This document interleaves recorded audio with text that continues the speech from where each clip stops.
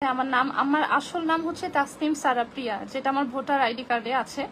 আর আমার ফেসবুকের আইডি নামটা হচ্ছে রয়া তাসনিম। রয়া আমার ডাক নাম দেখে রয়ার সাথে তাসনিম নামটা দেওয়া, ঠিক আছে। সো আমার আসল নাম হচ্ছে তাসনিম সারা প্রিয়া। আর যে ঘটনাটা আমি এতদিন পরে জানাইছি, আমি আমি নিজে ভিকটিম। হ্যাঁ, আমি নিজে ভিকটিম। আমি নিজে ভিকটিম হয়ে আমি চেষ্টা করেছি যে তার সাথে ব্যাপারটা মিটমাট করার জন্য। আমি নিজে ভিকটিম হয়ে, সে একটু আগে লাইভে আসছে, আমার হাজব্যান্ড রনি, সে একটু আগে লাইভে আসছে, সে অনেক কথা বললো আমার নামে। ফার্স্টে আরেকটা কথা আমি বলি, আমি সবার প্রশ্নের উত্তর দিব। ফার্স্টে একটা কথা বলি যে অনেকে বলতেছেন যে কি কারণে মারলো, কি কারণে মারলো, কোনো কারণ আছে। হ্যাঁ, কারণ অবশ্যই আছে, কোনো কারণ ছাড়া মারে নাই, কারণ অবশ্যই আছে, কারণটা আমি বলবো। বাট আমি যখন কারণটা বলবো তখন কি আপনাদের মনে হবে যে কারণটা জাস্টিফাইড আমাকে মারার জন্য? আপনাদের কি মনে হয় যে কোনো কারণে একটা মানুষের, এই যে আমার চেহারাটা দেখতে পারতেছেন, আমার চেহারাটা সবাই একটু দেখেন, এই যে আমার চেহারাটা কোথা থেকে কাটছে আপনাদের দেখায়, আমার মাথায় কিন্তু চুল নাই। আমার এতটুকু লজ্জিত হয়ে আজকে মানুষের সামনে আসতে হয়েছে, আমার মাথায় কিন্তু চুল নাই। আমার এই পাশে যখন চুল কাটা হয়েছে, আমার এই পাশে যখন কাটছে, এই যে আমি আপনাদেরকে দেখাই, এই যে দাগটা, হ্যাঁ এখানে দাগটা, এই দাগটা যখন কাটা হয়েছে এতটুকু হচ্ছে, আপনারা ছবিতে দেখছেন, এতটুকু যখন চুলটা ফেলে দিছে ডক্টর সার্জারি করার সময়, তখন আমার ডক্টররা বলছিল যে আপনার চুল থাকবে না। পরে আমি বাসায় আসার পরে যখন দেখলাম যে আমার চুল অনবরত পড়তেছে, আমার এত বেশি পরিমাণ অ্যান্টিবায়োটিক দেওয়ার কারণে চুল পড়তেছে, তখন হচ্ছে আমি আমার পুরো চুল কেটে ফেলছি। আমি আমার 2 বাচ্চার মা হয়ে আমি কিন্তু, আমার মাথায় চুল নাই, আমি ন্যাড়া হইতে হয়েছে 2 বাচ্চার মা হওয়ার পরে। আপনাদের কি মনে হয় যে সে যে কোনো কারণেই আমাকে মারছে, সেই কারণটা জাস্টিফাইড আমাকে মারার জন্য? আপনাদের যদি সেটা মনে হয়, অনেক মহিলারা কমেন্ট করতেছেন যে তাকে কেন মারলো, তাকে কেন মারছে, কোনো কারণ আছে মারার। কোনো কারণ থাকলেই সে আমার চেহারাটা ছুরি দিয়ে দেখেন সে কোথা থেকে কাটছে, এখান থেকে সে টান দিয়ে আমার এই ঠোঁট, আমার এই ঠোঁটের এখানে কিন্তু অলরেডি এখনো এই 4 মাস পরেও কিন্তু আমার ঠোঁটের এখানে সেন্স নাই, আমার এখানে কোনো সেন্স নাই। এগুলো যদি আপনারা এখন আবার কাটেন আমি কোনো ব্যথা পাবো না। আমার এখানে কোনো সেন্স নাই, আমার এখানে কোনো সেন্স নাই। আর এখানে যে কাটাগুলা দেখতে পাচ্ছেন, এই কাটা চোখের নিচে কাটছে, এখানে কাটছে এবং এখানে কাটছে, হ্যাঁ এখানেও কাটছে। আমার মুখে সে যখন মারছে, আমার মুখে আমার ডক্টররা বলছে যে আপনার নাকে কোনো হাড্ডি ছিল না, এই যে নাকে কাটা, নাকে কোনো হাড্ডি ছিল না। আমার মুখে অলরেডি 9টা প্লেট, 9টা স্টিলের প্লেট এবং হচ্ছে 42টা স্ক্রু, যেটা আমার মেডিকেল সার্টিফিকেটে আছে। ডক্টর বলছে যে মোবাইলের মধ্যে ছোট ছোট যে স্ক্রু থাকে, এরকমই স্ক্রু আপনার মুখে বসায় হচ্ছে আপনার এই চোয়াল, আপনার এই নাক, এগুলো আবার ঠিক করছে। আমার নাক কিন্তু এরকম ছিল না। এখানে আমার স্টিলের প্লেট বসানো, এখানে ধরলেই বোঝা যায় স্টিলের প্লেট। আমার এখানে স্টিলের প্লেট দিয়ে আমার চোয়াল লাগাইছে, এখানে স্টিলের প্লেট দিয়ে আমার চোয়ালের গুড়া ছিল, এই গুড়া ঠিক করছে। তা আপনাদের যদি মনে হয় যে কোনো কারণে সে আমার একটা মেয়ের চেহারা নষ্ট করে দিতে পারে, অনেকে অলরেডি সে মানুষ লাগাই দিছে, বাজে বাজে কথা বলতেছে যে আমার 4টা বিয়ে হয়েছে, আমার 10টা বিয়ে হয়েছে। আমি যদি বলি যে হ্যাঁ আমার 10টা না, আমার 20টা বিয়ে হয়েছে, তারপরেও কি আপনাদের মনে হয় যে আমাকে এভাবে কাটলে এটা সে ভালো কাজ করছে, আমার শাস্তি দিছে? আমার শাস্তি দেওয়ার মালিক কি সে? রনি আরাবিয়ান বোরকা কালেকশন থেকে লাইভে এসে অনেক সুন্দর সুন্দর কথা বললো, আল্লাহর কাছে জবাব দিবে, আল্লাহর কাছে জবাব দিবে। জবাব কি আপনাকে দিতে হবে না? আপনি যে একটা মেয়ে মানুষের চেহারা নষ্ট করছেন, জবাব কি আপনাকে দিতে হবে না? আপনি নবীর সুন্নাহ পালন করে আপনি মুখে দাড়ি রাখছেন। তো নবী, আমাদের মহানবী হযরত মুহাম্মদ সাল্লাল্লাহু আলাইহি ওয়াসাল্লাম বলছে যে কোনো নারীর চেহারাই তো দূর, কোনো মেয়ে মানুষের গায়ে একটা ফুলের টোকা দিয়ে যতটুকু আঘাত করলে যে আঘাতের ব্যথাটা লাগে, ওই ব্যথাটাও তোমরা তোমাদের স্ত্রীর গায়ে দিবা না। একটা মুসলিমের এই কথাটা মানা উচিত। কেন সে না 5 ওয়াক্ত নামাজ পড়ে, সে কেন একটা মেয়ের চেহারা কেটে দিল? হ্যাঁ, আমি তার কাছে আমি এইসব কোনো কথাই বলতাম না, এই কথাগুলো শেষ হয়ে যেত। সে যদি 8-10টা অনেক মানুষ, অনেক হাজব্যান্ডরা অনেক মেয়েদেরকে গায়ে হাত তুলে, হ্যাঁ মেয়েদের গায়ে হাত তুলে, সো মেয়েরা চুপচাপ সহ্য করে না, ঠিক আছে আমার জামাই একটা থাপ্পড় মারছে, কিছু ব্যাপার না, আমার জামাই তো একটা লাথি মারছে, কিছু ব্যাপার না। আমার জামাই যদি আমাকে একটা থাপ্পড় মারতো, আমার একটা লাথি মারতো, আমার গায়ে রক্ত ঝরাইছে সেটা কিছু না। আমার যদি সে হাত পা কেটে দিত, আমার হাতের থেকে একটা বাড়ি মারতো, পায়ের থেকে একটা বাড়ি মারতো, আমি কিছুই বলতাম না, আমি মেনে দেবো, ঠিক আছে আপনাকে আরেকটা সুযোগ দিলাম। সে আমার চেহারা নষ্ট করে দিচ্ছে, এই চেহারা তো আমার ছিল না। আমি আজকে যে চেহারা আমি দেখি আয়নাতে, এই চেহারা আমার ছিল না, এই চেহারা সে বানাইছে। আমার ঠোঁট কেটে ফেলছে, আমার চেহারা কেটে ফেলছে, আমার নাকের হাড্ডি, আমার মুখের চোয়ালি কেটে ফেলছে। সারা জীবন আমার এই স্টিলের প্লেট নিয়ে ঘুরতে হবে? কিছু কিছু মানুষ হাহা দিচ্ছেন, আল্লাহ আপনাদেরকে হেদায়েত করুক। আপনারা আরো বেশি বেশি হাহা দেন। যারা যারা আমার নামে মিথ্যা কথা রটাচ্ছেন, আল্লাহ যেন করুক। আমি কাউকে অভিশাপ দিতে চাই না, বাট আপনারা যেদিন নিজেদের, আপনার মায়ের গায়ে, আপনার বোনের গায়ে, যেদিন আপনার মেয়ের গায়ে হাত দিবে, যেদিন আপনার মেয়ের মুখ কেটে ফেলবে, যেদিন আপনার বোনের মুখ কেটে ফেলবে, তখন আপনারা হাহা দিয়েন। তখন আপনারা বললেন যে না, আমার বোনের 14টা বিয়ে হয়েছিল, এই জন্য আমার বোনের হচ্ছে জামাই ওর মুখ কেটে দিছে। তখন আপনারা এই কথাটা বললেন, আমার বোনের 14টা বিয়ে হয়েছিল, আমার বোন খারাপ, এই জন্য আমার বোনের মুখ কেটে দিছে। ঠিক আছে, এই কথাটা আপনারা বললেন। আপনাদের জন্য এর চেয়ে বেশি কোনো কথা আমি বলবো না। তো মেন কথায় আসি। মেন কথা হচ্ছে, আচ্ছা আপনাদের সবার প্রশ্ন হচ্ছে যে আমার কি বলে, আমাকে কেন খুন করতে চাইলো। আমি আপনাদেরকে বলি, আমার ফেসবুক, আমাকে যারা চিনে, আমি হচ্ছে ফেসবুকে প্রায় 2018 থেকে লাইভ করতাম। আমি যদিও লাইভে অতটা পপুলার ছিলাম না, বা আমি খুব অ্যাক্টিভলি আমি লাইভ প্রেজেন্টারের কাজটা নেই নাই, হ্যাঁ, বাট আমি 2018 থেকে ফেসবুকে লাইভ করি, এবং লাইভ করি। আমার ফেসবুকে যারা আমাকে চিনে, আজকাল 8-10টা মানুষের মতোই আমি নর্মাল ভাবে লাইভ লিড করতাম। হ্যাঁ, আমি পর্দা করতাম না, যেটা আমি করতাম না সেটা আমি বলবো না। আচ্ছা, আমি কমেন্ট না দেখি, হোয়াটএভার, কমেন্ট না দেখি। আমি পর্দা করতাম না, আমি নর্মাল ভাবে ফ্রিলি ভাবে 8-10টা মেয়ে যেভাবে চলে আমি সেভাবেই চলতাম। এখন আপনারা আমার যা ইচ্ছা তাই বলেন, আমি নর্মাল ভাবে চলতাম। আমার ফার্স্ট হাজবেন্ডের সাথে ডিভোর্স হওয়ার পরে আমি তার শপে লাইভ করতে যাই। লাইভটা আমি যখন দেখা যায় যে আমার হাজবেন্ডের সাথে ডিভোর্সটা হয়, তখন পর থেকেই আমি লাইভটা শুরু করি, জাস্ট আমার ইনকামের জন্য। কারণ আমার খুব বড় লোক কোনো ফ্যামিলি না যে আমার বাবা আমাকে মাসে অনেক টাকা দিবে বা আমার বাচ্চাকে চালাবে, হ্যাঁ, সেগুলা হচ্ছে ফ্যাক্ট, আমি সত্যি কথাই বলবো।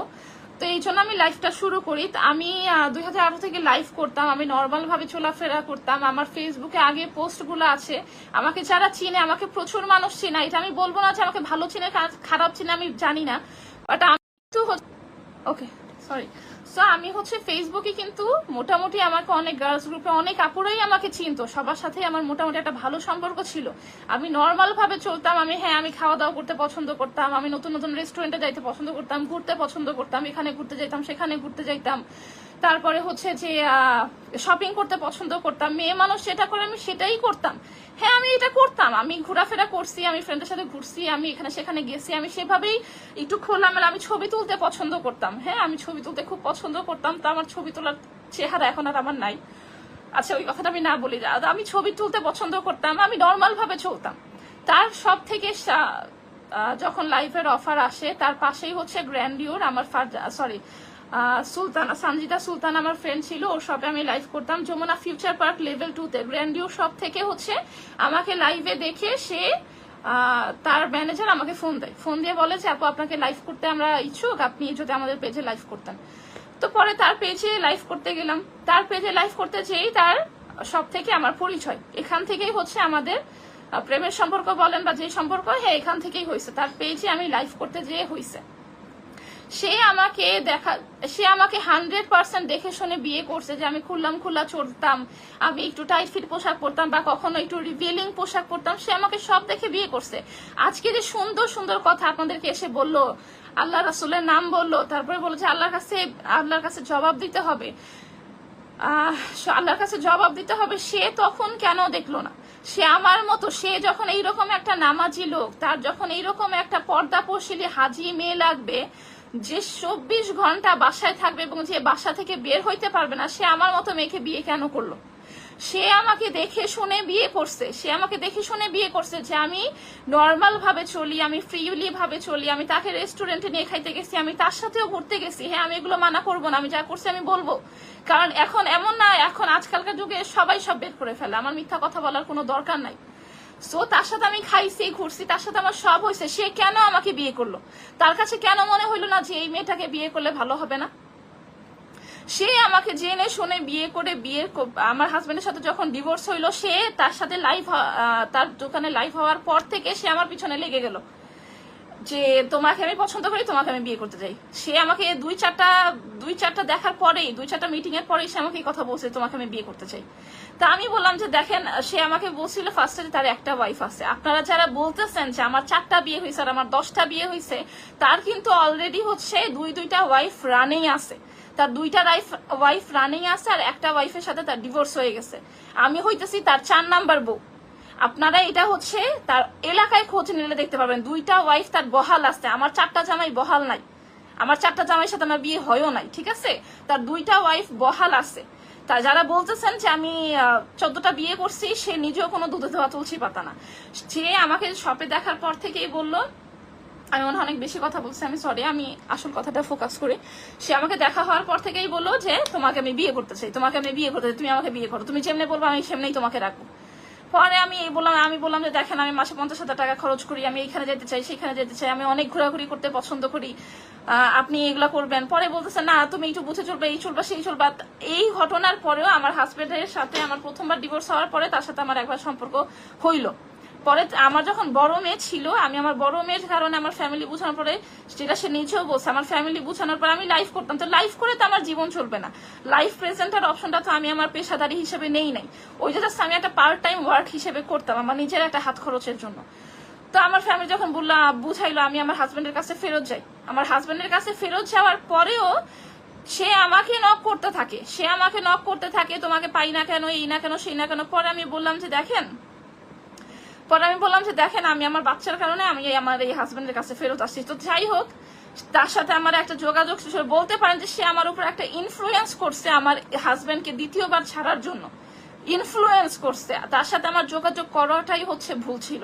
তার সাথে আমার আবার যোগাযোগ ছিল, আবার বললো যে দেখো তুমি ছাড়া আমার পেজে কেউ লাইভ করবে না। আমার আগের যে পেজে লাইভ গুলা ছিল সব লাইভ ডিলিট করে দিচ্ছে। আর আমি জানি না, আপনারা হয়তোবা ওর পেজে বা কি বলো ওর দোকানে খোঁজ নিলে জানতে পারবেন, আমি ওর পেজে লাইভ করার পর থেকে ওর পেজে কিন্তু কেউ লাইভ করতো না। ও আমাকে একটা কথাই বলছে যে তুমি আমার পেজে লাইভ করছো, তুমি ছাড়া আমার এই পেজে কোনোদিন কেউ লাইভ করবে না, কোনো মেয়ে লাইভ করবে না, শুধুমাত্র এই পেজ তোমার, এই বিজনেস তোমার, এই পেজে তুমি লাইভ করবা, এই পেজের মালিক হিসেবে তুমিই থাকবা।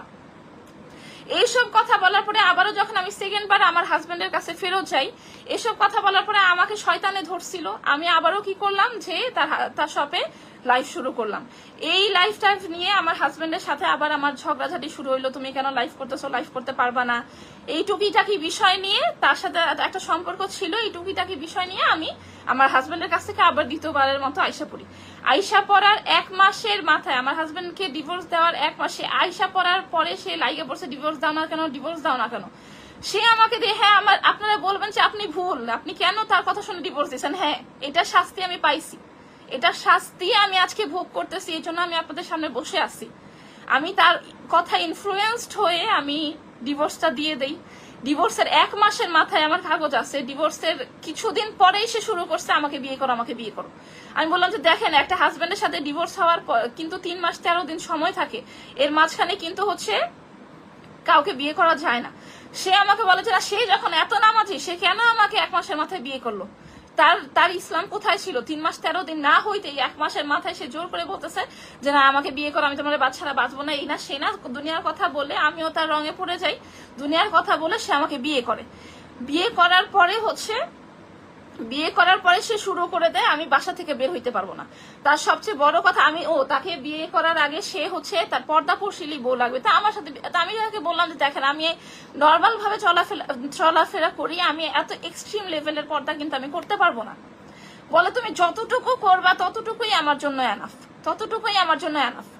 এইটা বলে সে বিয়ে করে, বিয়ের পরে আমাকে বাসা থেকে বের হইতে দেয় না, বাসা থেকে বের হইতে দেয় না। সে আমাকে সালোয়ার কামিজ পরতে দেয় না, তুমি বারান্দার মধ্যে কাপড় টানায় রাখবা, সে আমাকে বারান্দায় যাইতে দেয় না। বলে বারান্দায় গেলে মানুষ তোমাকে দেখা ফেলবে, এইটা কেমন কথা।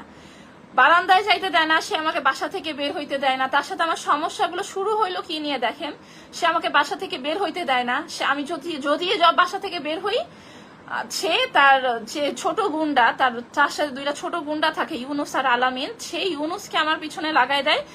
আমি হসপিটালে যাই, আমি টেইলার্সে যাই, আমি মার্কেটে যাই, বা আমার মেয়ে কিছু কিনবে, আমার মেয়েকে নিয়ে আমি বের হব, তার লোক ছাড়া আমি বাসা থেকে বের হইতে পারবো না।